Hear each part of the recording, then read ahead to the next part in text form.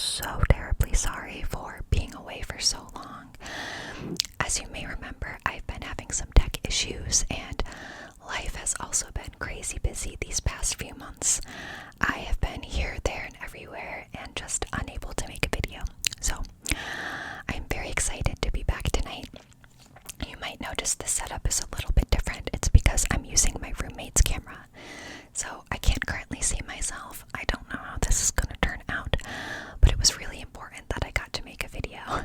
I'm in the process of purchasing a new camera, so this is sort of a temporary thing. But, I'm still very excited. So, for tonight's video, I am going to be doing a close-up whisper reading of a somewhat spooky tale.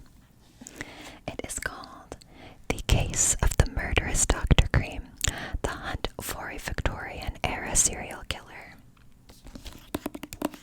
It's by Dean Job.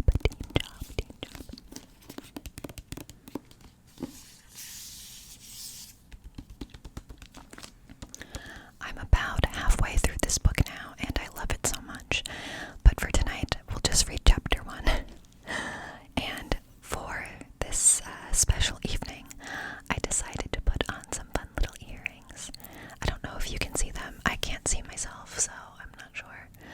But they are bloody knives with blood drops at the end. You can probably hear them. I got them at Spirit Halloween. They were very cheap, like $6, something like that. But I thought they were kind of fun. And I also have a spooky beverage that I'm going to show off really quickly. It's in a big cup, so it says Witch's Brew. It says Witch's Brew. It is a seltzer mixed with wine, so you can probably hear the fizzing.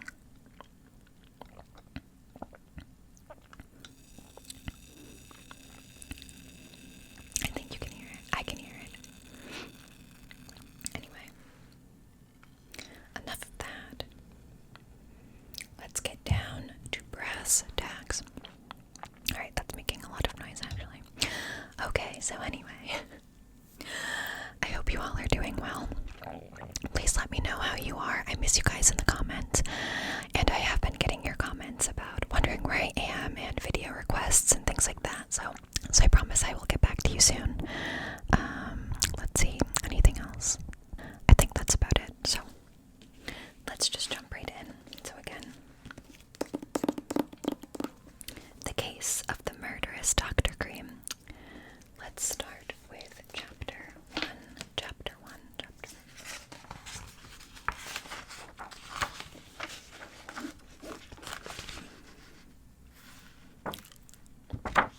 I hadn't quite figured out how I was gonna read this. We'll figure it out together. There's a picture of Dr. Cream.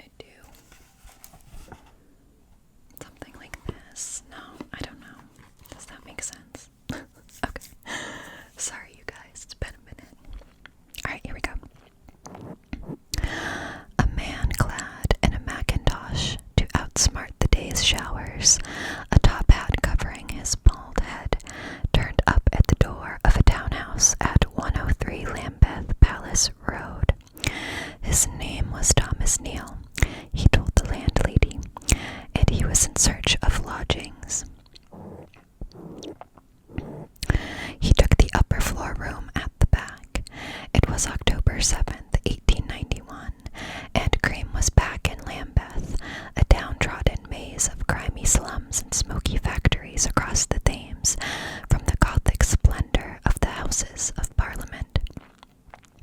It was a London neighborhood he knew well. His rooming house stood opposite St. Thomas's Hospital, where he had been a medical student more than a decade earlier. He could not help but notice that a new building just downriver from the Tower of Big Ben had been erected since his last visit, faced with bands of red brick and white stone, and set on a foundation of granite quarried by inmates of Dartmoor and other prisons. It was a new headquarters of the Metropolitan Police, better known as the Scotland Yard. Cream was in the heart of the world's largest city, the capital of an empire at its zenith. Swaths of scarlet on globes and maps staked Britain's claim to the far-flung colonies and territories, and tens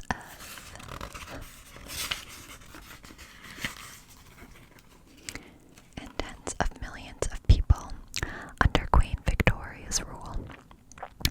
London was a sprawling metropolis of more than 5 million, a glittering bastion of wealth and power, built on a foundation of poverty, crime, and desperation.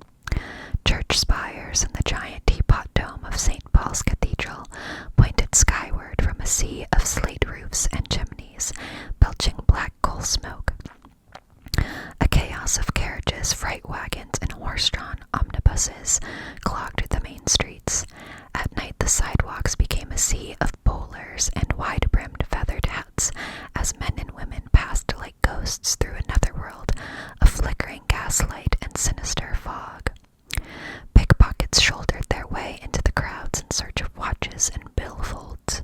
Prostitutes scanned the audience at West End theaters and music halls in search of customers, or strolled to the adjacent Strand, transforming the busy thoroughfare, one observer lamented, into one of the scandals of London.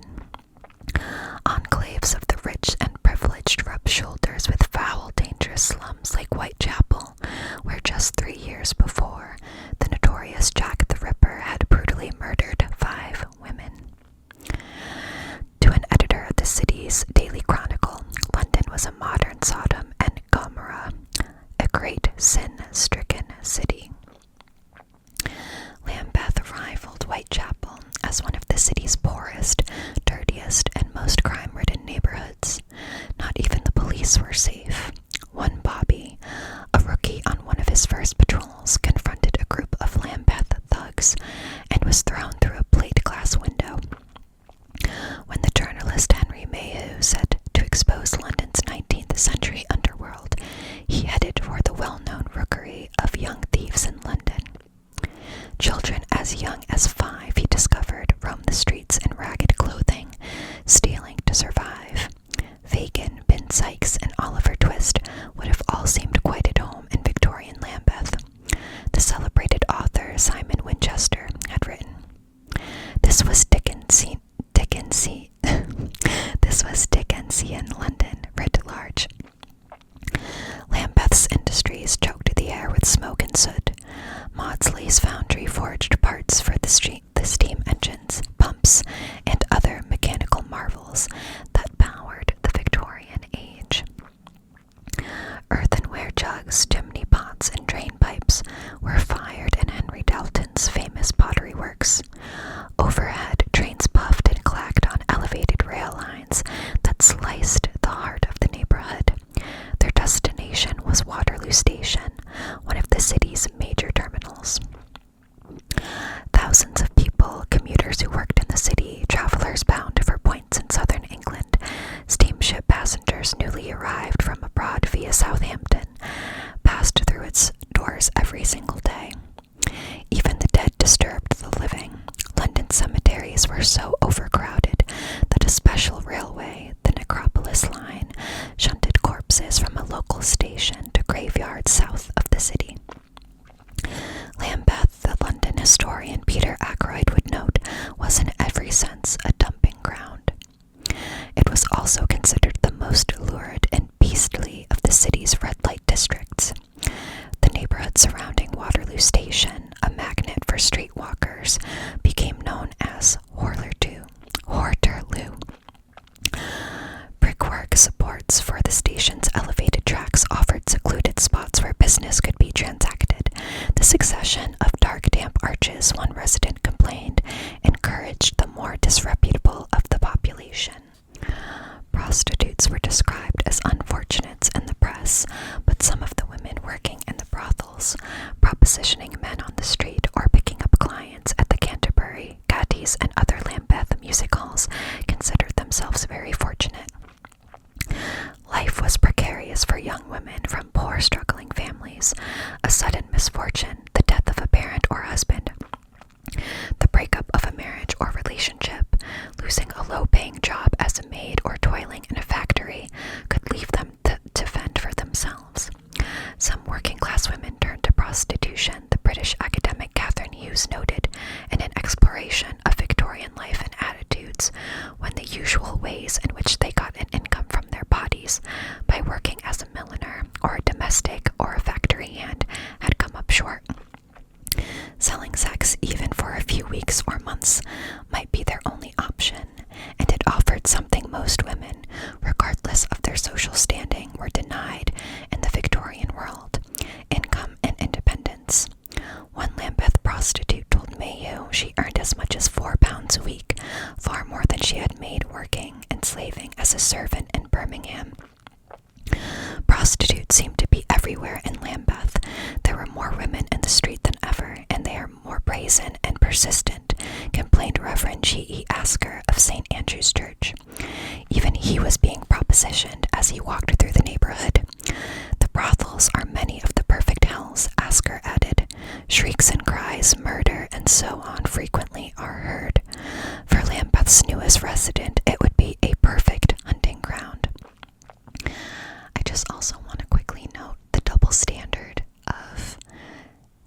of this time period, and I mean, there's still double standards in life everywhere today, but the way sex work was considered back in the 1800s is just so unfair to women. Anyway, that was something that kind of got my blood boiling a little bit, but anyway.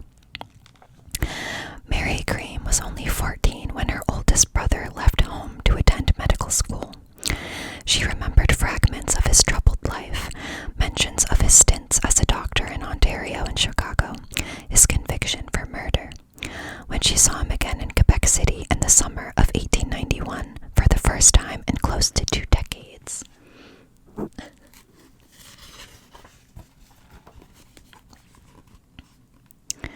She could scarcely believe what he had become. He was most wild and excitable, she remembered, not right in his mind. Cream had arrived in Quebec City on August 2nd, shortly after his release from Joliet. His family had emigrated from Scotland to Canada when he was 4 and settled in the capital of the province of Quebec. His father, William Cream, had managed a major timber exporting firm, amassing a fortune by the time of his death in 1887. Cream spent almost 6 weeks in the city, staying at the home of his brother Daniel. Relatives began calling him Thomas Neal. He wished and decided to drop the cream, noted Thomas Davidson, a Quebec businessman and family friend, on account of his unfortunate troubles. No one seemed to suspect he might have other motives for changing his name. His actions at times were that of an unsound mind, Jessie Reed, Daniel Cream's wife, would recall. He would change countenance and appear as another man, excited and manic at one moment, quiet and vacant-eyed at the next. Davidson, who attributed Cream's mental derangement and unbalanced mind to his long imprisonment, was appalled when Thomas lashed out in a most scandalous manner at one of his sisters, possibly Mary Cream, calling her a streetwalker and a liar. These atrocious slanders, Davidson later noted, were repeated in a letter Thomas fired off to his sister's friends. Davidson and Daniel Cream devised a plan to send him abroad. A fresh start, they reasoned, might improve Thomas's mental as well as physical health. It would at least free them from the strain of dealing with his erratic and abusive behavior. As executors of William Cream's will, Daniel and Davidson withdrew a sum from the estate, the equivalent of $23,000 today, that would help get Thomas back on his feet. Daniel considered sending him to Glasgow, near his birthplace in Barony,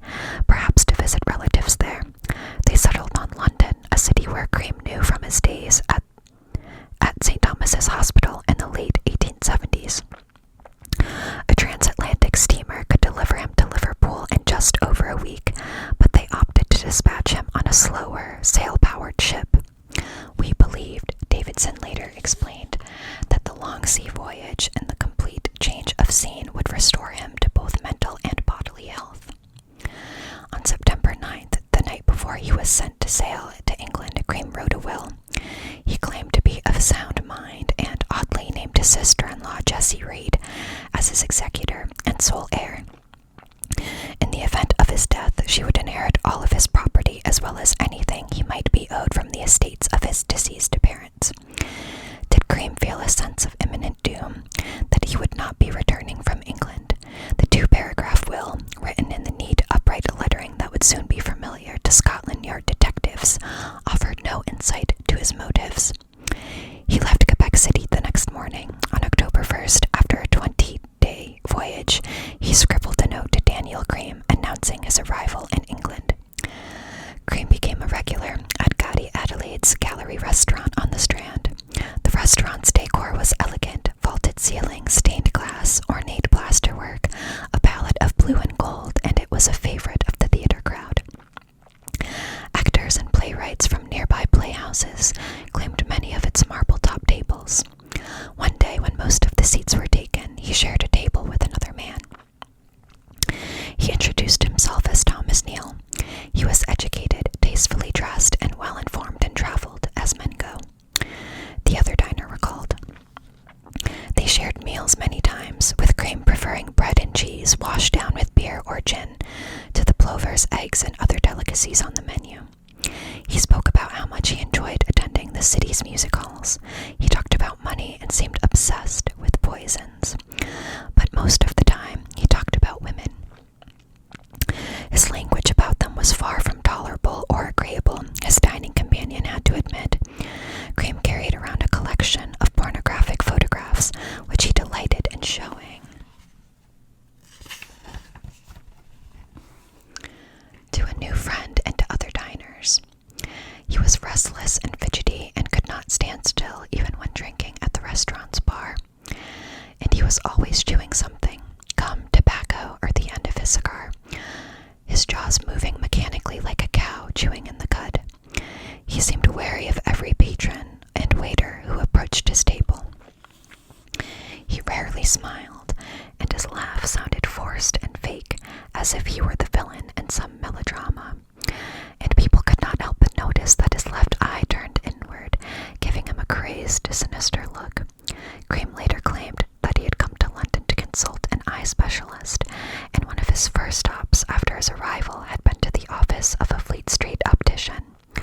James Aitchison diagnosed his condition as hypermetropia, or farsightedness.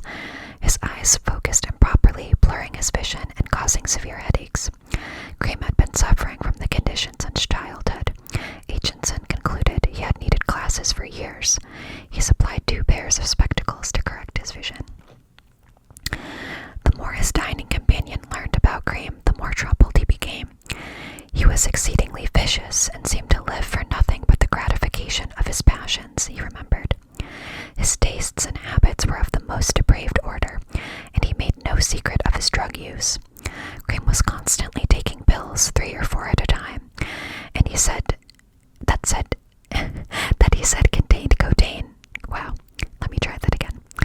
That he said contained cocaine and morphine, as well as strychnine, a deadly poison used in minute quantities as a stimulant in medicines. The pills relieved his headaches, they said. They were also, he seemed delighted to add, an aphrodisiac. Getting narcotics and poisons in London, Cream had discovered, was easy. He called at a chemist's shop on Parliament Street, just around the corner from Scotland Yard's new headquarters, and identified himself as a doctor from America, visiting the city to take courses at St. Thomas's Hospital.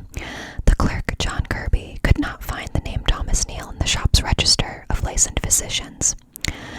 I am not in the habit of selling poisons to persons whose names I cannot find in the register, he would later say. Access to poisons was restricted by law, and if Cream could not prove he was a doctor, he should have been required to produce someone known to the pharmacist to vouch for him. But Kirkby made an exception and took this new customer at his word. He filled Cream's orders for opium and strychnine several times that fall. When Cream asked for empty gelatin capsules of a size not in general use in Britain, Kirkby helpfully tracked them down from a supplier. Doctors and druggists filled them with medicine too bitter